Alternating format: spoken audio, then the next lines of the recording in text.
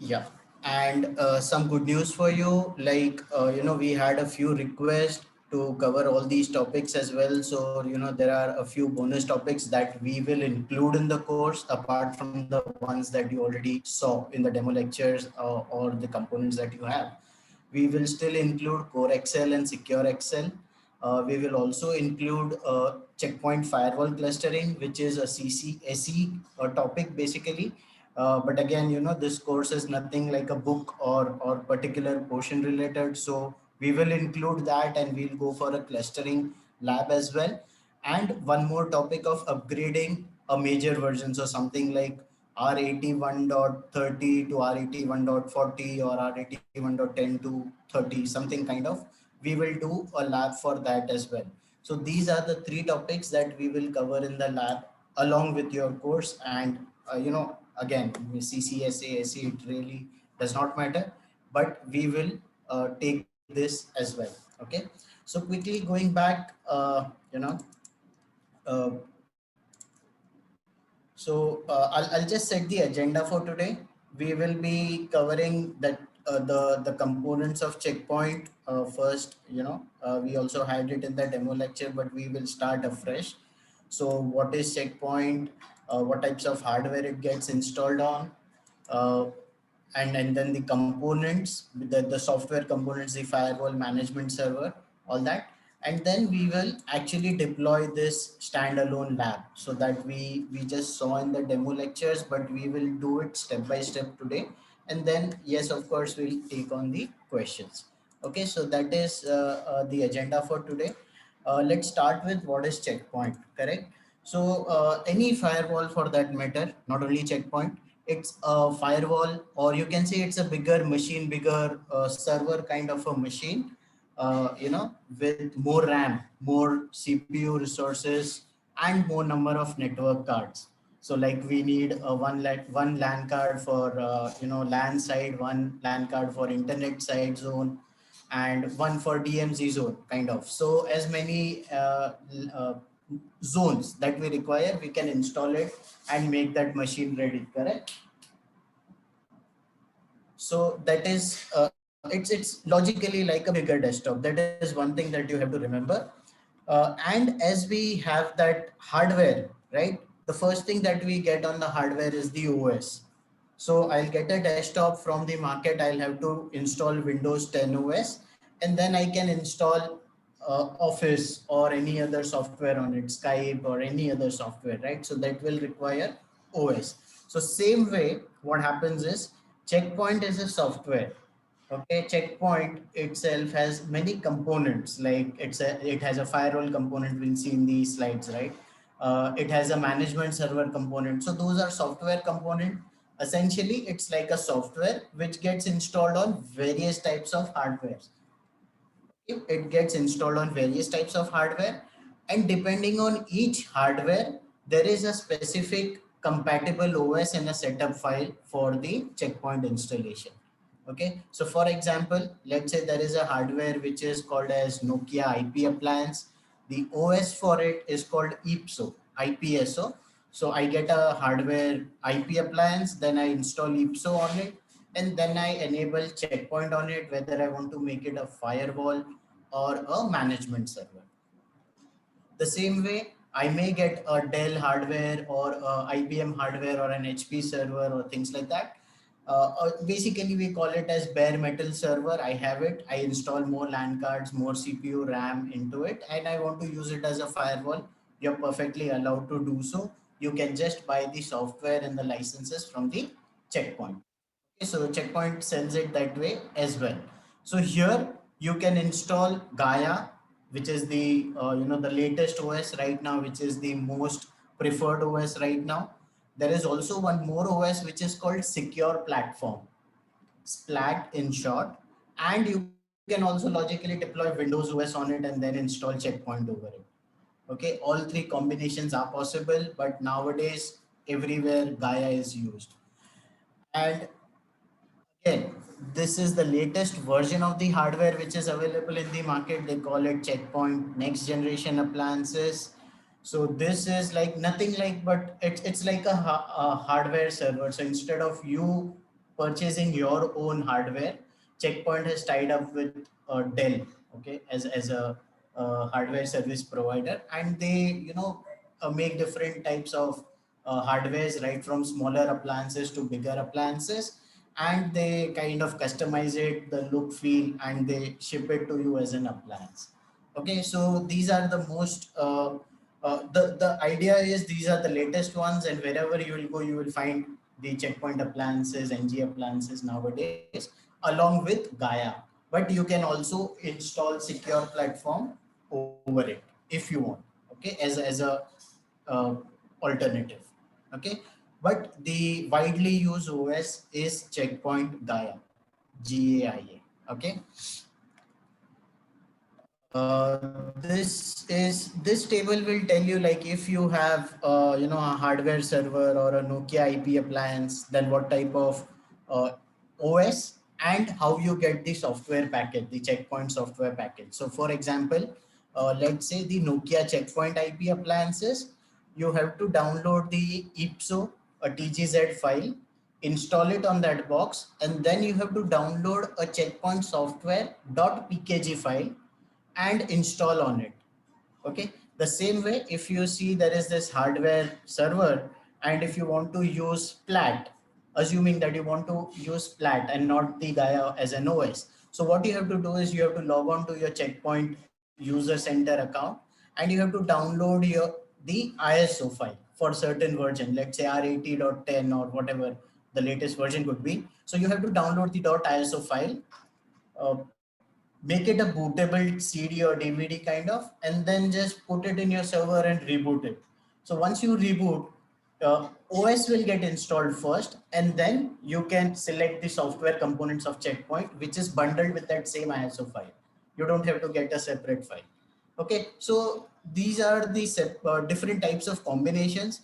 However, in NG appliances, which is the most available or easily, like is a widely used form of the Checkpoint firewall, you will see that the OS as well as Checkpoint version is installed by default and shipped along with the appliance. Okay, so all Gaia, we are going to see all Gaia right now. Okay, but this is just various types of hardwares that you can come across.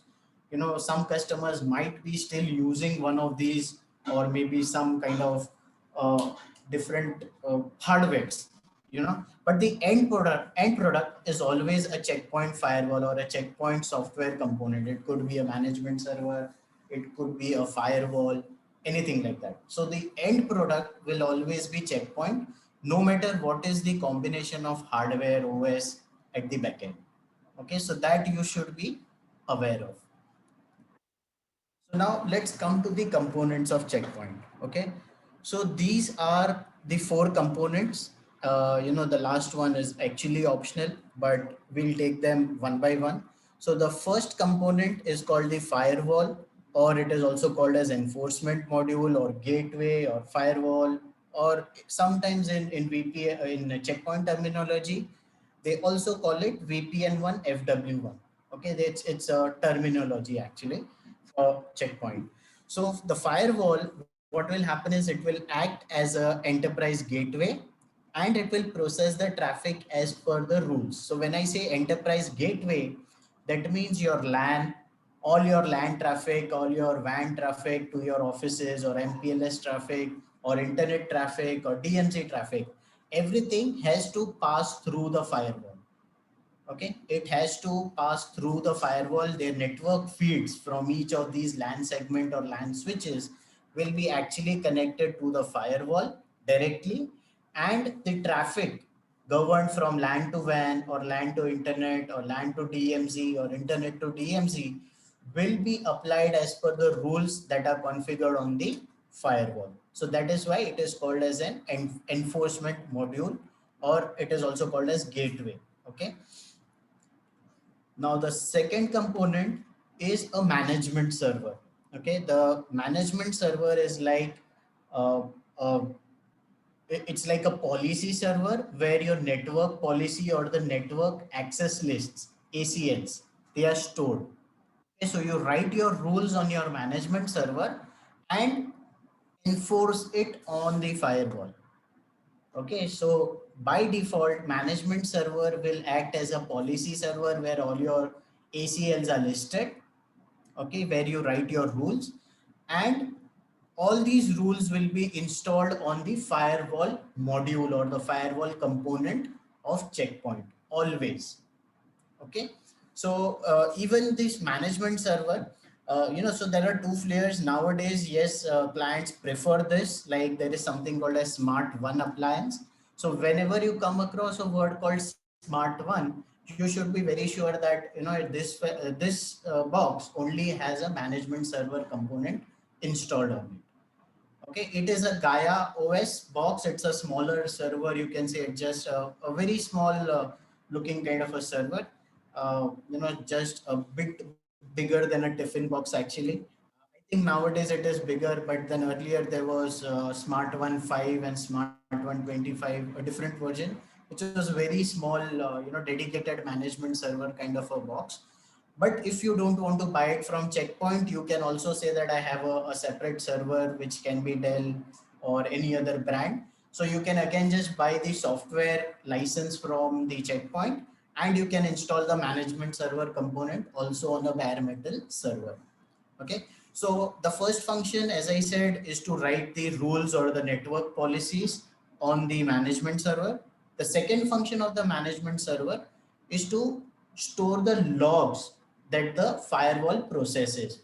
So for example, all the policies that we write, LAN to WAN, WAN to internet, LAN to internet, whatever that rules that we write, if that rule is hit, the log would be stored on the management server. Okay, so there are two functions. One is to store the policies, the ACLs, and the second function is to store the logs. The third component is called Smart Console. It is also called as GUI client. Now, this is a small EXE software which is installed on the desktop of the firewall administrators. Okay, this component is used to administrate or manage the firewall. This component will always connect to the management server only. It never connects to the firewall component. Okay. By default, it will always connect to the management server only. The moment you turn on the smart console, it will ask you three things. It will ask you username, password, and IP address of the management server. Okay, so it will ask you these three things, and depending on whatever permission profiles are created for your user access, you will get access to the different modules of the firewall. So you may have a read-write access to NAT module. You may have a read-write access to QoS module, or you may just have read-only access to threat prevention module. So that way it will work. The last component is a optional component. Again, it's a log server. It's like a dedicated log server.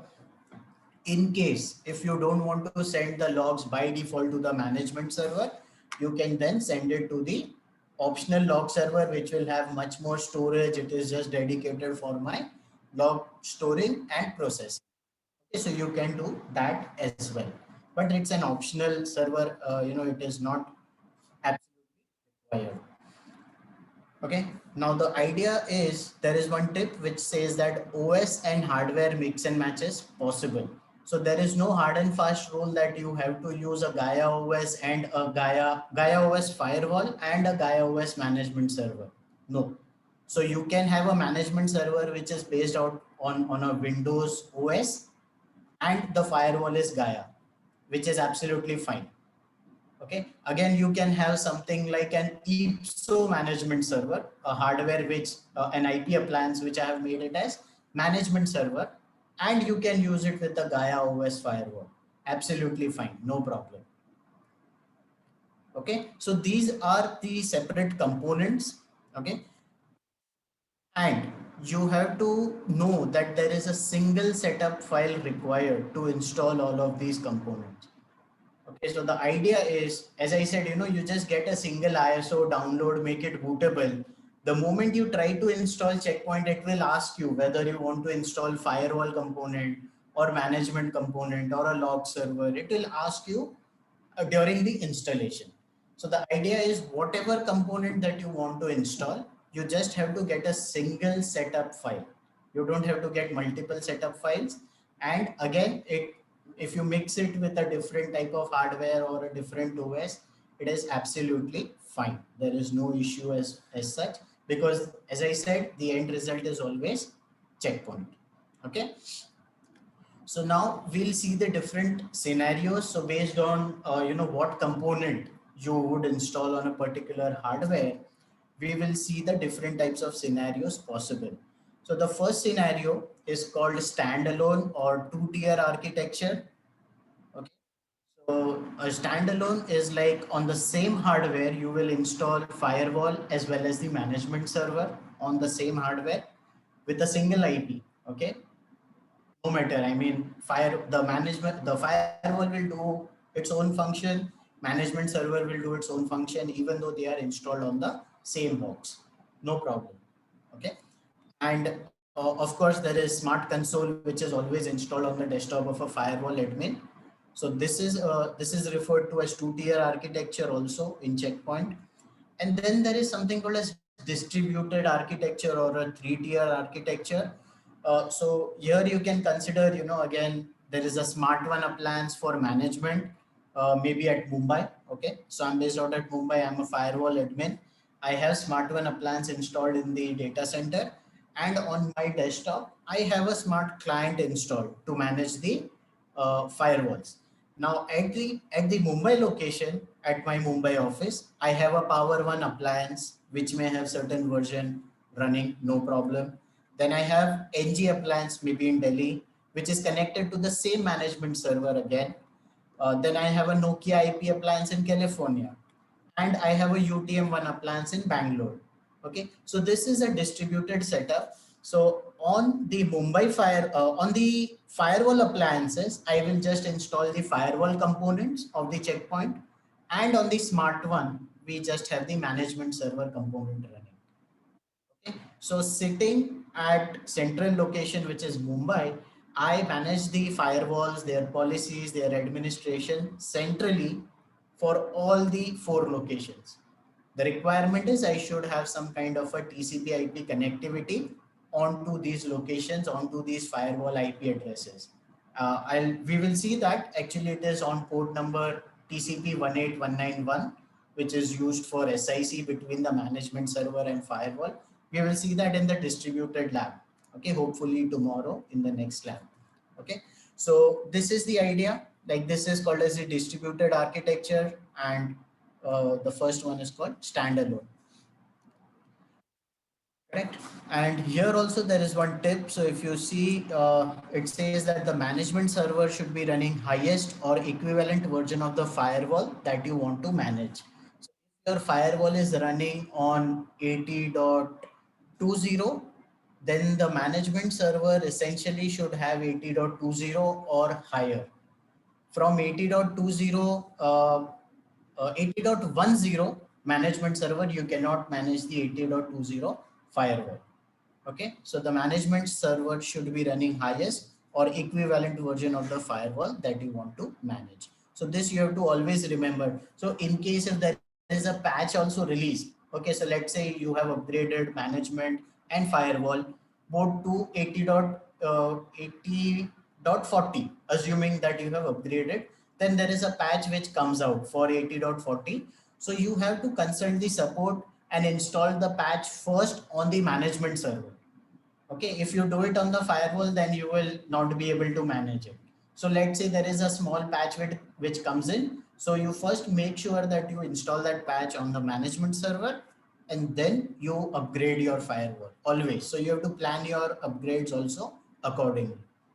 Okay, so that's the tip over here, or you can say the practical uh, scenarios that I have faced. These are some pros and cons for standalone versus distributed. So if it is standalone, if that device goes down, everything goes down, right? Your policies, your traffic, everything will be hampered. In case of a distributed environment, if your management server goes down, there will be no downtime because the firewall will keep on processing the traffic as per the last policy that was installed on it. So what happens is you'll not be able to change the policy or install new policy, but the traffic still, it is being processed by the firewall. The same thing, if the firewall goes down, the ACLs are stored on the management server. So what you can do is you can ask your guy in Delhi to get a replacement firewall, and you can quickly install the policy which is there on the management server and get it up and running.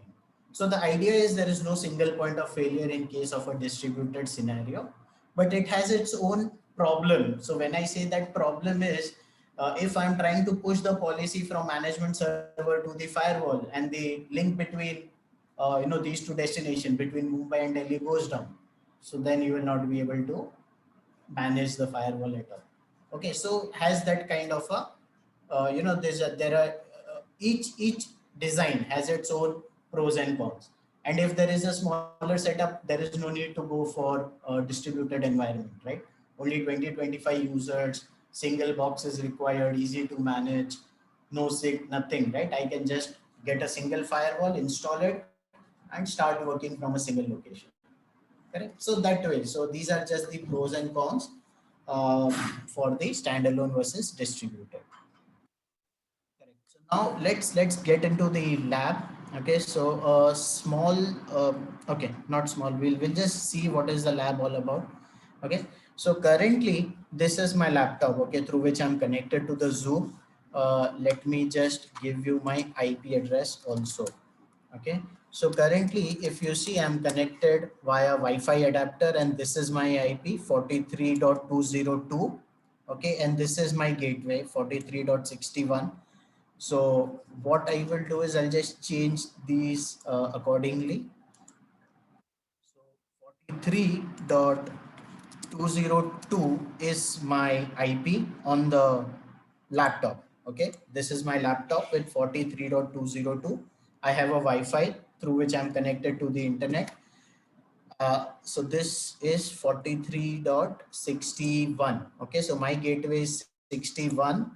So what I'm going to do is I'm going to change my LAN interface IP to 43.61. So this is how I'm getting connected to the internet. Okay.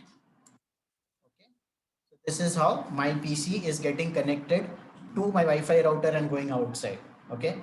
So actually it's my phone right now, but I mean, just for your logical understanding, you just assume that I'm getting connected to the LAN interface, which is the gateway 43.61, and I'm going towards internet.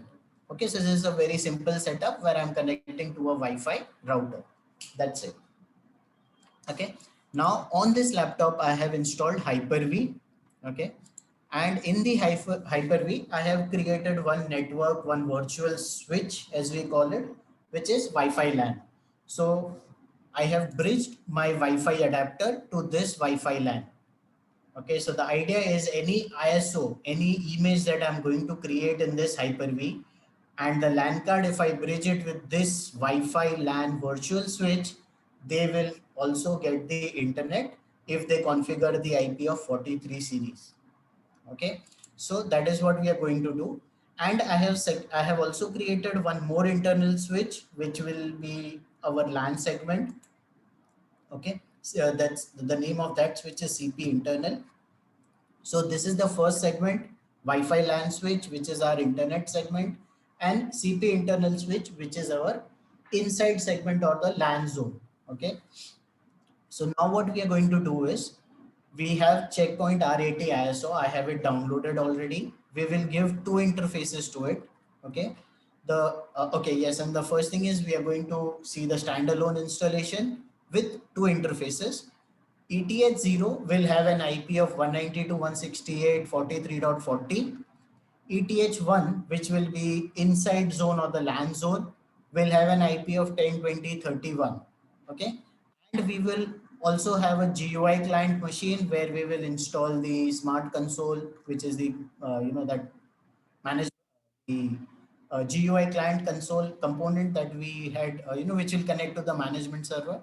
So we will give IP of 192.168.43.70. So the LAN card of this machine, this will be all bridged to Wi-Fi LAN switch. Okay. And we will have one segment, one more machine in this segment, which is called Node 1. and we will try to give access to this node 1 machine over the internet via the firewall. Okay, so the idea is we'll give IP address of 10, 20, 35 to this machine, which is a Windows machine, and the gateway would be LAN interface of the firewall, which is 10, 20, 31. Okay, and then we will write rules and we will see how this machine actually connects to the internet. Okay, in a simplified form, this is the lab.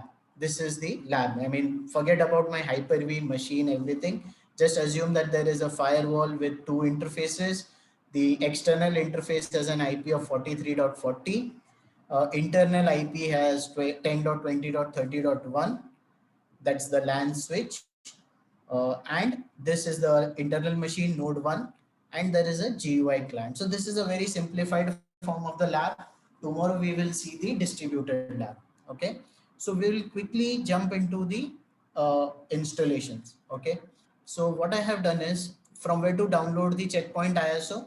So you can just go to Google. First of all, I think most of you would know this, but you can just search for Checkpoint R80.10 ISO download. Go to this option, R80.10 Gaia Fresh install, and here you can just download. There is no need to register or anything. You can just download it, start download, just click on this, and it's around 3.4 something, 3 or 4 GB something. Yeah, 3.1. Okay, just go and download the ISO. It is freely available. Okay, I have already downloaded it, so I'll show you where it is. Okay, so I have it downloaded, and I have the latest version that was available at that time was Take 479. Okay, we call it Take 479, Take 462 kind of. So we will be using this for our lab. So I've already downloaded it. My Hyper-V is also on. So what we will do is first we'll go and add that ISO into the Hyper-V. Okay, so say new virtual machine, say next, and I will say uh, standalone,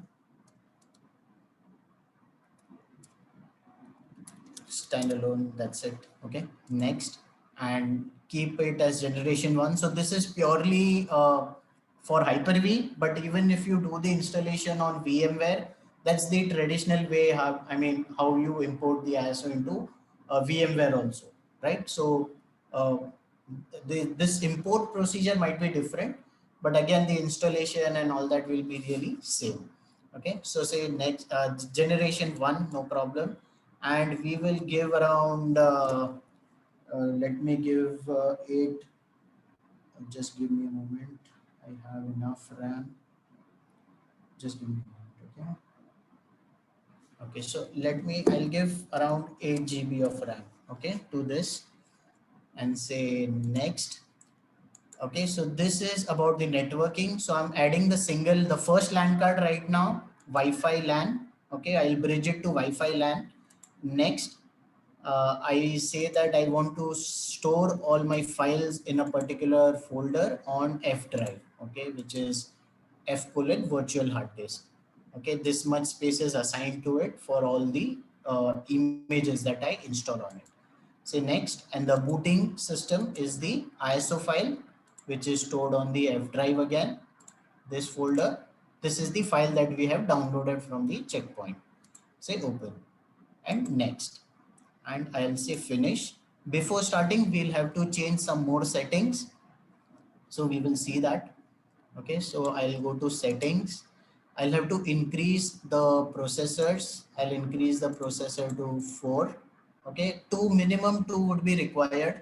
So the management component will require minimum 2 cores and 4 GB RAM at a very minimum. If you can give more than that, nothing like it. Okay, and what I have to do is I have to disable these checkpoints which are by default enabled in the Hyper-V. These are like ghost backups or something like restore backups. We don't need that. And as I said, this is the single LAN adapter. I will have to add one more LAN adapter for the internal segment. So I have created that switch already, which is CP internal. and I will say apply. So I'll show you how to create that switches also. Okay, so just give me a moment. Okay, so you can so in the Hyper-V there is something called as virtual switch manager. So you can go there and you can create your own switches. So okay, so let's say if I want to create one more switch, I'll say create switch and I'll name as test switch. And I can, physically bridge it. I can physically bridge this switch, test switch, to, let's say, my wireless adapter or my Ethernet adapter, or it can be just a private network inside. Okay, if it's just going to connect inside. Okay, it will not communicate outside. So that way you can add your own switches. So this is how I've created my Wi-Fi LAN, and I have bridged it with my Wi-Fi adapter. And there is this CP internal switch, which is a private network. Okay, so I'm not going to apply this, but this is how I have created the virtual switches. Okay, I'm going to start it and let's see how the installation goes through. Okay, so the moment you start it, it will ask you to install Gaia on this system. Okay, so now remember that we are first installing the OS. We have got the hardware in the form of Hyper-V, ISO and its resources. Now we are installing the OS. We are still not installing the management or the firewall component. This is the Gaia OS installation. Okay, now the point is, this Gaia OS installation, when you order the Checkpoint next generation appliance, this step is done by the Checkpoint engineers and sent to you. Okay, so what happens is, usually when you get this device, right, when you get the NG appliance at your site, what you do is you get a laptop, you will put, okay, so uh, just give me a minute.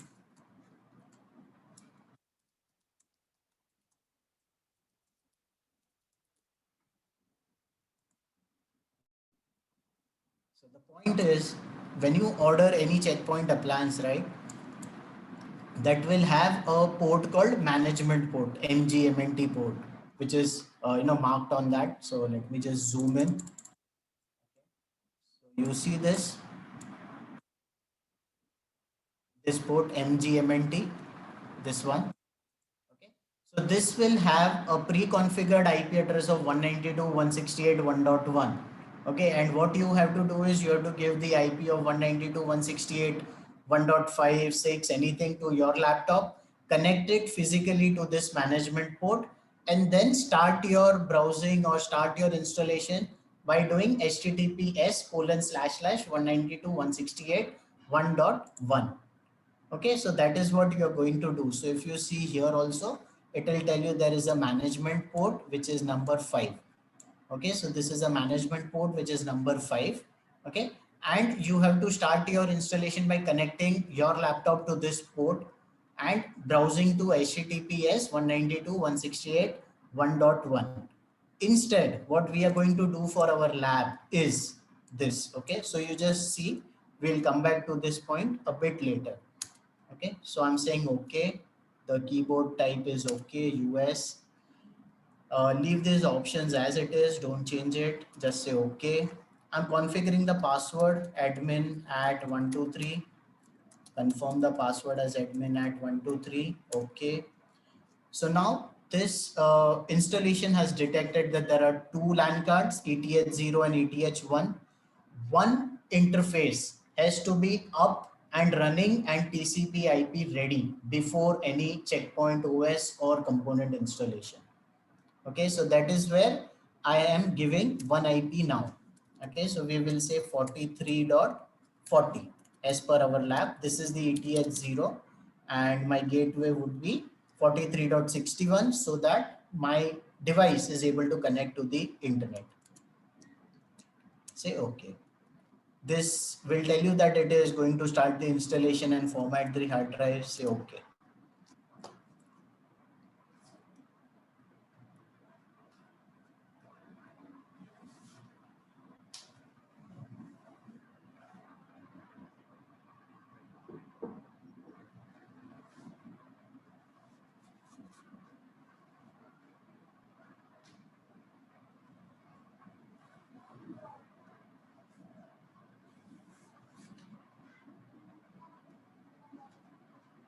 So let this installation go through, and then we will continue with the checkpoint component installation after this. Okay, so this is purely Gaia OS installation. 99% of the times you will never have to do this, because as I said, this step is actually done by the checkpoint engineers, and then they ship the appliance. Okay, so the IP address that I configured was 43 dot something, right? 43.40. The IP address that they configure is 192.168.1.1 on the management, and do this step, and then they ship out the appliance. So that is the only difference. Okay, so I hope you understand that, but it's very simple, right? I mean, they would need one IP so that you can start your basic configuration. That's it.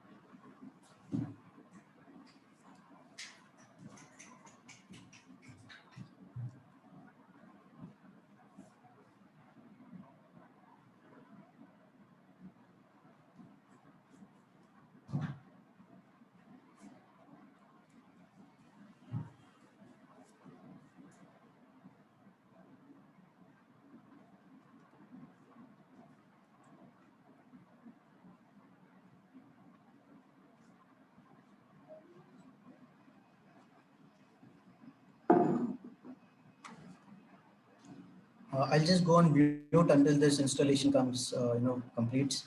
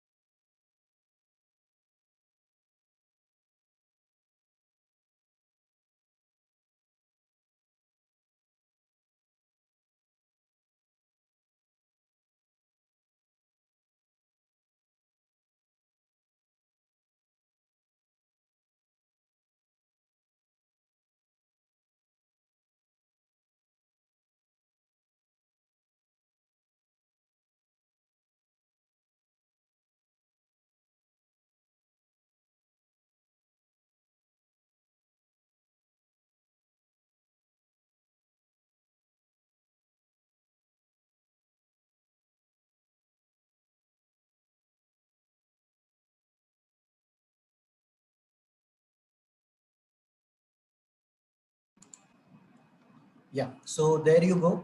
It is asking us that if you want to complete the first time configuration of the system, log in from the browser using 192.168.43.40.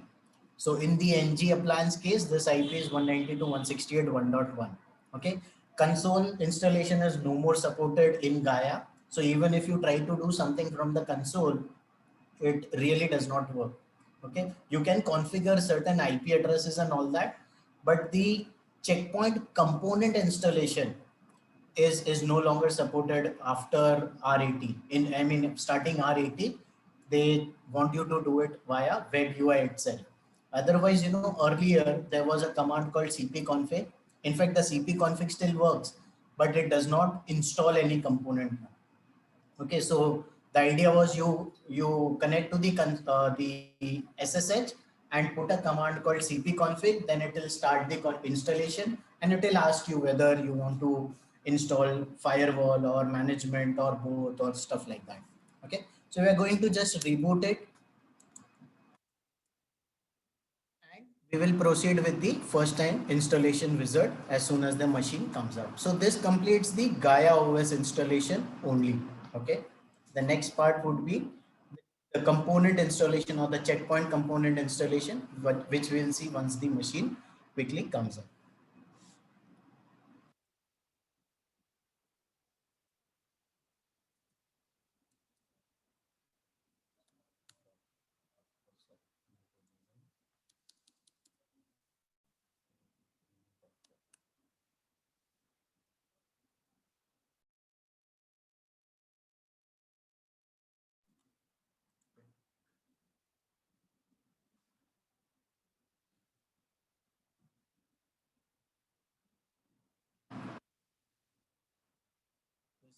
Rebooting now.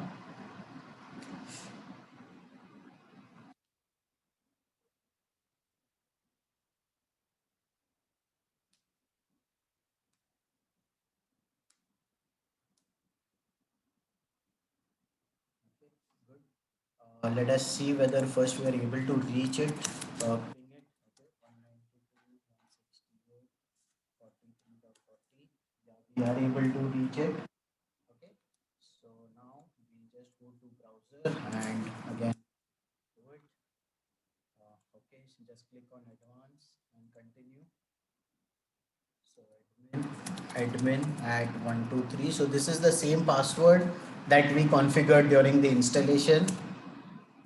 And in the NG appliances, once you put this password, admin is the default password. Once you put that, it will ask you to change the password. Okay, so that is a step which is different, but in our lab case, it is going to work no problem. So it is telling us that the platform is open server, and this is the first time configuration wizard. Okay, just say next. Just select this option, continue with R80.10 configuration, say next. So this was the interface that I configured during the installation.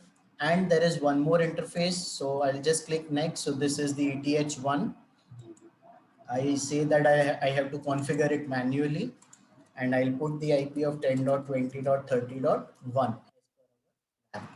The subnet mask is 255.255.255.0. Okay, so this is the internal one. Okay, this interface, this we've configured. Correct? So say next, and I'll say lab standalone. Okay, so this is my lab firewall. If you have DNS servers, you can put out here. You can also use a proxy server for for the firewall to connect to internet for any updates or anything that you want. See next. This is the time. You can also use an NTP server if you want over here. See next. So this is where that I told you about the components. This is where that option starts. So first you have to say security gateway and or security management. Multi-domain is like the VSX gateway, the multiple virtual firewall instances that we can run on the single box. Okay, so we will select the this option, security gateway and or security management. Say next. And now here you can select what all components you want. Okay, so since we are going to make it a standalone, we will have to enable both. Okay, but in case if I wanted to just make this box as a management server, then I'll disable the gateway. Okay, so you can see that now it is asking me whether I have to do primary or secondary or the optional log server component. So if you remember, my optional component was there, right? So that, otherwise, if I disable this and I say that I want to make this as gateway, then it is asking me whether it is a single cluster, whether unit is a part of the cluster or it's a single gateway, and what type of clustering mechanism you are going to use. So cluster XL or VRRP basically. Okay. So we are going to install both the components. So I'll enable both and I will disable this, automatically download the Blade contracts. So basically Blade contract is like your support, subscription support. Okay. So if I say that I want, sorry, if I say that I want web URL filtering Blade enabled for 3 years, so that becomes a contract that a Checkpoint will support me for 3 years for for web filtering and URL filtering, application filtering and URL filtering. So that becomes my Blade contract. Okay, so which I don't have right now, so I will not enable it. I'll just disable that option. Just say next. So this is a warning because I disabled the Blade contracts option. Just say yes. And now it is asking me for the security management administrator.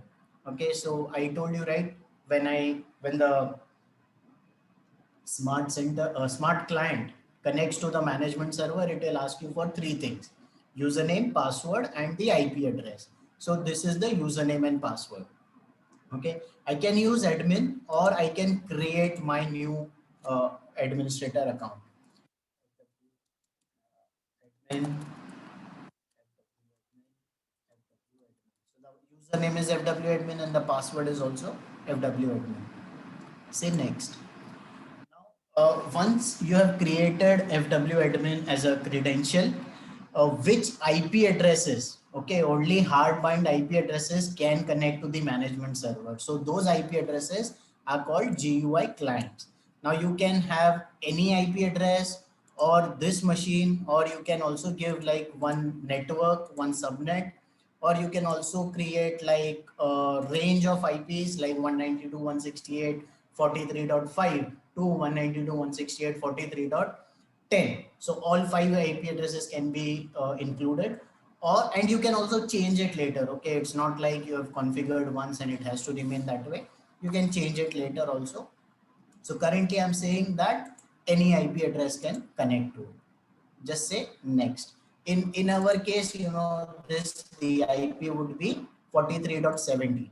Okay, so to connect to the management server, you need this software, you need the username and password, and this IP address should be mentioned in the allowed client list, GUI client list. Okay, so that is the requirement. So currently you can put it this way also, like 43.70, or you can just say any IP address also, no problem. So I'm putting 43.70 going as per our lab. Okay, just say next.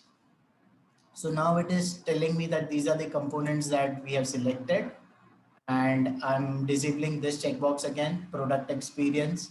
So I say finish. Now the installation. So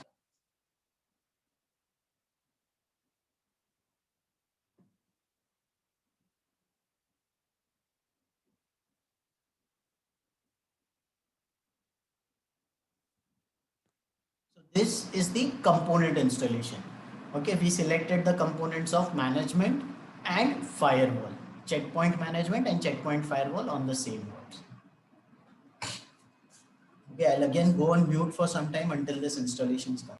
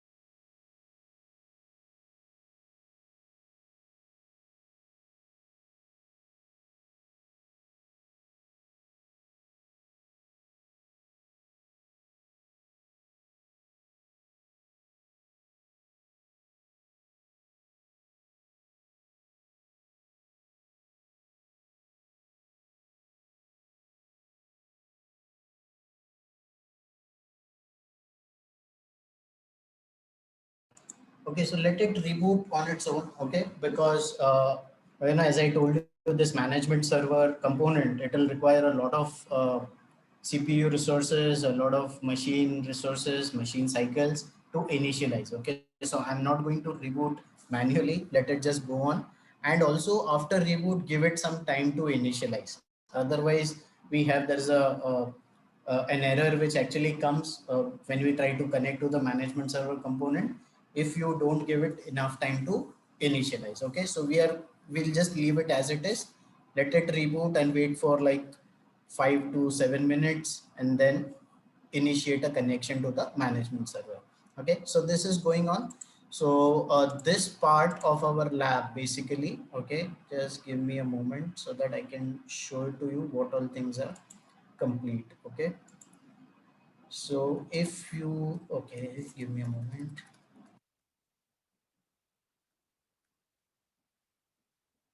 Yeah.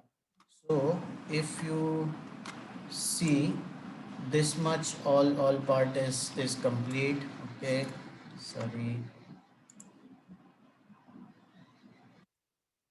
This part, everything is complete. In fact, we will just have to, this much is complete. Okay. And even this thing is complete. Okay, so now we just have to do two installation. One is the GUI client installation, and the second one is the Node installation. Okay, so of which Node I have pre-installed. It's just a Windows client. It's just a Windows machine. So I have already kind of make it made it ready. This is a Windows machine. We just have to turn on and check the internet connectivity. So I've made it ready, and GUI client also, the machine is ready, but we will see the smart console installation now. Okay, so what we are going to do is I'll start this machine and I will install the smart console or that software component. Okay, so I'll just say connect.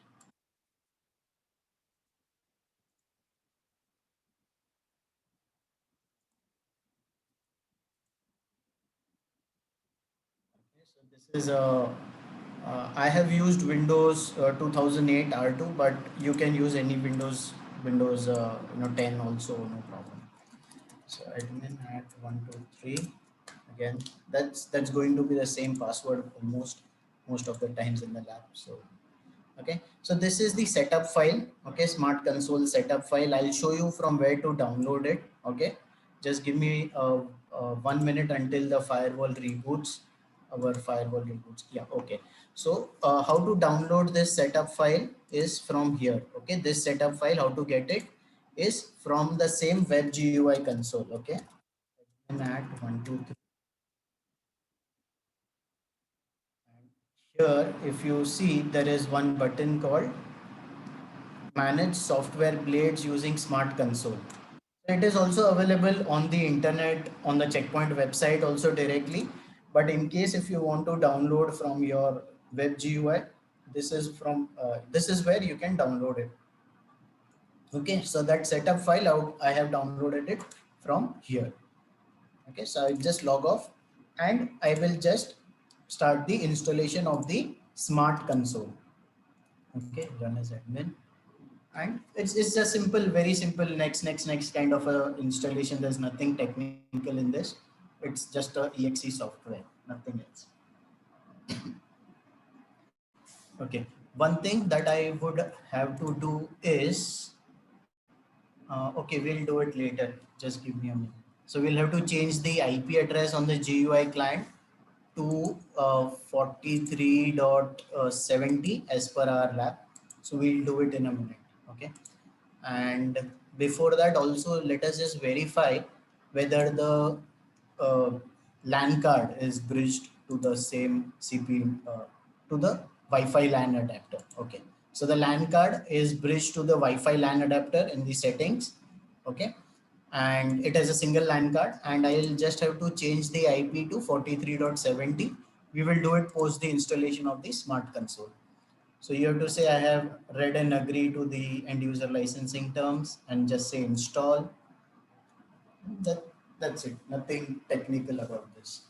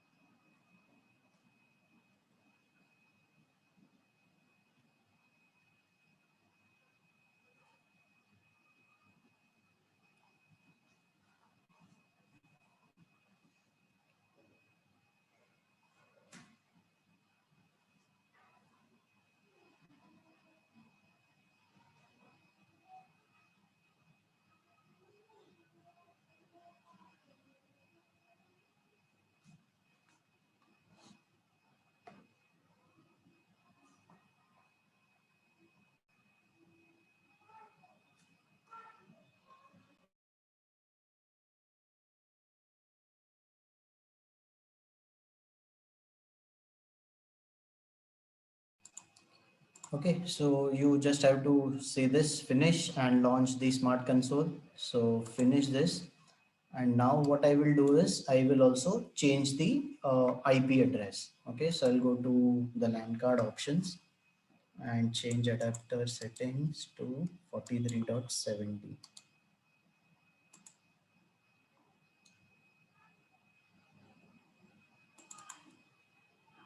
Okay. I don't need internet on this machine, so I'm not configuring the gateway any which ways. So that's fine.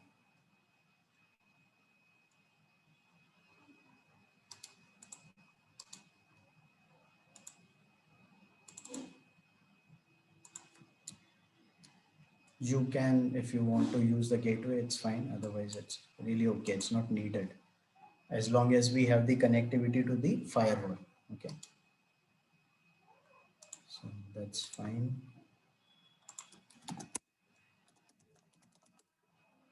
43.70. Yes. So the moment you turn on Smart Console, three things again. Okay. So the username and password was FW admin for the security admin. FW admin is the password, and the IP address where I have to connect is the same IP, the 43.40, 192.168.43.40. Okay. So just give me 1 minute, and yes, it is rebooted. Okay, so what I will do is I will now log into the management server. However, like this is the same IP, which is the management as well as the firewall. Does not matter. I'm going to connect to the management component of that same box. Okay, so just say login.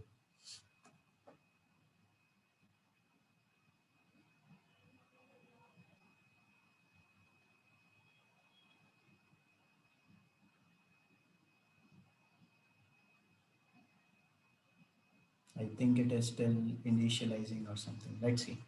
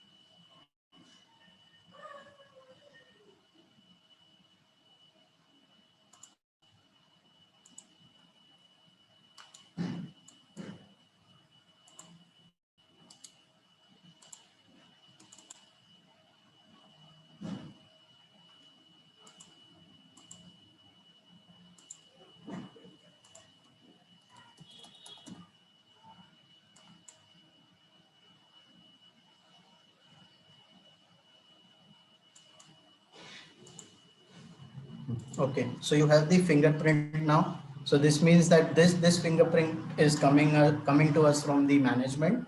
The very first time that you connect from the smart console to the management, you will get this only once. That's it, and you have to say proceed. That's it. There's nothing technical about it.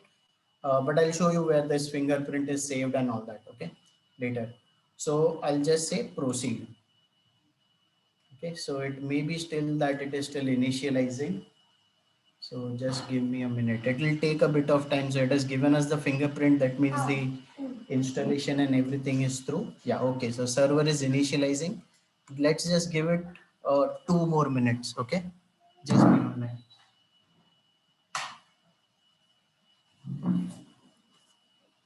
So that's why I said, right, once you install the management, it always takes a bit of time for initializing. So just give it some time. No problem.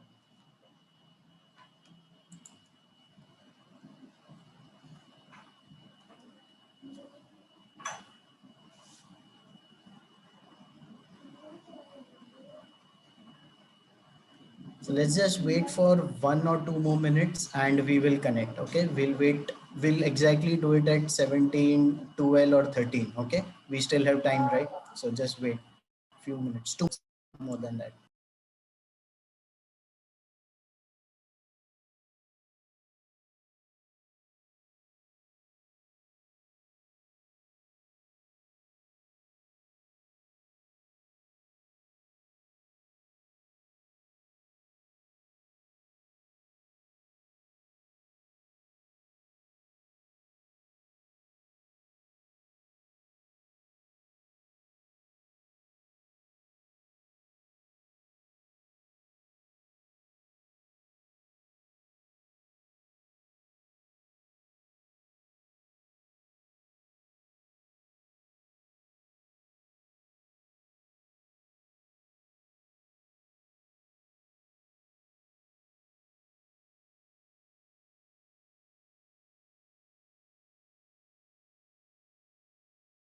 Let us try once.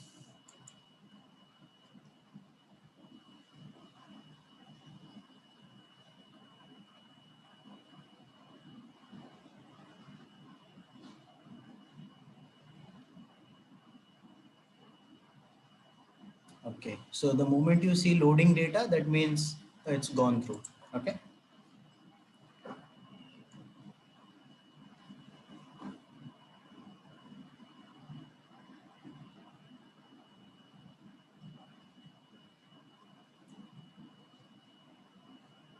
So finally, we are in the console. Okay, so this is the first time login. It tells you that this is your first time login, all fine. And you can just either, if you want to really read all these things, what is new in R80.10, you can see all this. Any which ways we'll cover everything. Or else you can just, like there are 5, 6 steps, logs and monitor tab and all that stuff. So basically, what is new apart from the earlier version, which was R77.6? Okay, so that one also had Gaia, but they have done a major, look and feel change in R80.10. So there are just 4 tabs, and everything they will tell you like what each tabs look like and all that stuff, right? So I'm just canceling this, and whenever you want, you can actually go to this what's new tab and again enable all this and see and read it. Okay. So now you can see one object is already created with this IP. Now this object is always the management object. Okay. By default, management object will always be created. In our case, we have also installed the firewall component on it. That's fine. But by default, the management object is always created on the management server. And you can see this crown over here. That means it's a management. Okay, this crown indicates that it's a management object. So you also double click on this, and it also shows you, right? If you see here, if you see here in the active blades column, it tells you that this is a firewall, this is a management, network policy management, and there it is also a logging server, logging and status. Okay. So now what I'm going to do is a couple of first time tasks. This will actually have dedicated lectures for it, but I'm just doing it on a fast track mode. Okay. So I'm just getting the interfaces, I'm defining the topology, which interface is connecting to internet and all. So we will see this. There's a different section for this, but I'm just doing it for saving the time right now. Okay, done. Okay, and now what I'm going to do is I'm going to write a security policy. I'm actually going to write a rule right now. So the default policy which is created during the installation is standard. The name is standard itself. Standard, you can see here. Okay, and each policy will have this kind of a cleanup rule, any drop. Okay, so what I'm going to do is I'll write a rule above so that I want to allow internet access to one of my machines, right? We will see all this, creating the objects, how to write rules, enabling, disabling, everything. But right now, I'm just, as I said, I'm going on a fast track mode just to complete the lab right away. But we will see all this, okay, what types of objects can be created and how to do NAT and everything, we will see. Okay, so quickly I'm going to write a rule. I'll say name as internet access rule. Okay, and I'm going to put a source. I can say add new items, or I can click this button and add, or I can go from this objects tab and create this new button and also create a host.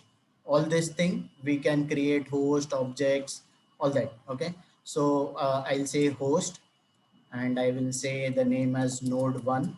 Okay, the IP address I'll say 10.20.30.5. Say, and I will use NAT quickly. Again, NAT, we are not going to do netting right now in terms of discussion, but I'm just saying that hide it behind NAT right now, hide it behind the gateway, and install it on my lab standalone firewall. I've just enabled simple NAT right now. NAT again will be a different topic, dedicated lecture for it. So add the source object to the rule. So I'm going to type out node 1. Okay, just click on this plus sign and the node gets added over here. Okay, destination is any because I have to give access to internet. Services and application, I'll click on this plus sign and I'll say HTTP, click on this plus sign, HTTPS, click on this plus sign, and I will say DNS. So click on this plus sign to any, and then I will say the action as accept. Track action should be log always. Okay, if you want to set it an alert, like give me a mail alert or user based alerts, like something else, run some script or anything, you can say that way, SNMP alert or anything. But log, I mean, the most common thing is log. I want to see a log in the logs and monitors tab and install this policy on my lab standalone firewall. Okay, so you can just also drag and drop some objects. So I'm saying log both this, and I will also write one rule for myself so that I don't get locked out. I, in the sense, my machine does not get locked out, right? So I'll say fw access, okay, for lab. So I will create one more machine, one more object. So you can add this, click on this plus sign and go to this star sign and create new host. And I'll say PC, lab PC, and I'll say 192.168.43.202. So I'll say 192.168.43.202. Say okay. And from this machine, I need access to the firewall uh, object, right? So, and I want to have it bidirectional. So anything coming from the firewall to me should also be allowed. Okay. So any traffic, basically, we are not going to see anything for VPN right now. Just leave it for now. Any traffic, and I'll say allow, accept, and log it, and done. So this has been my 2 3 rules. Okay. And now I want to, so this all, see this pencil, that means that it is changed. There are some changes. Okay. So you also see this purple sign over here, the purple dash. So that means there is some change happened to this. And altogether there are 28 changes. So I created objects, I added rules, I added host, everything, right? So all this pencil shows that these entities have been created or changed.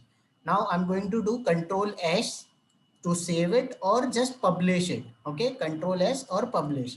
So Control S is like publish, means just save it on the management server. Okay, so the earlier version R77.6, only one administrator was allowed to have read write access to the management server, only one at a time. But in R80 they have started with collaborative approach, so that you can also log in. So FW admin 1 and 2, both of them can log in at the same time. They can do their own changes and save it at the same time, but they can, the single object. So if I open this, okay, if I open this, you can see there is a pencil here. That means that I am editing it. So FW2, let's say FW admin 2 tries to open that same object, he will get a log. So when I say a log, it is something like that, like this. He will see something like this. Okay, something like log. This object is logged by FW admin 1. Okay, so this way. So the idea is earlier only one admin was able to have read write access, but now you can have multiple administrators logging in and doing the configuration. Now again, saving is just like saving these rules on the management server. I have to install it or enforce it on my firewall module. So that is what I'm going to do. I'm going to say install policy. Okay, so now you have to click this button, install policy. There is a button over here as well, install policy, and you can do this. So this says the policy name standard is going to be installed on lab standalone firewall with this IP, and say install. So it will take, it will give you the status out here and it will install it. Okay. And after that, what we are going to do is we will turn on our node 1 and actually verify the internet access also.